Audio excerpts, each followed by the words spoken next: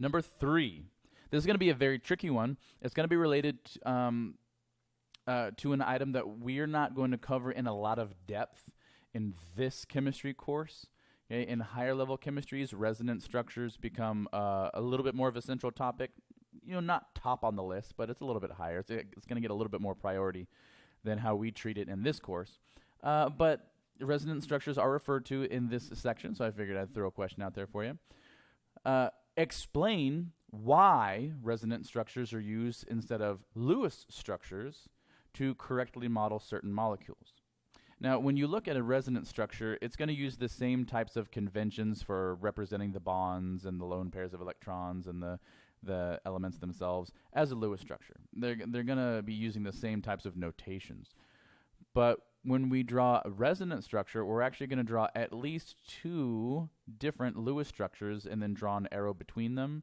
And what we're communicating is the actual molecule isn't like either of the Lewis structures that we've just drawn. It's more like an average of the 2. It's more like an average of the 2. Now, it's a little bit hard, a little bit difficult to describe why resonance structures are necessary with the tools that we have so far in this course, but let's give it a shot. Resonance structures show that one Lewis structure cannot correctly represent the location of electrons in a bond. Resonance structures show delocalized electrons, while Lewis structures depict electrons in a definite location. There are certain situations that in order to satisfy those 6 steps for drawing a Lewis structure, even if you follow those instructions correctly, you're going to find that there's a choice.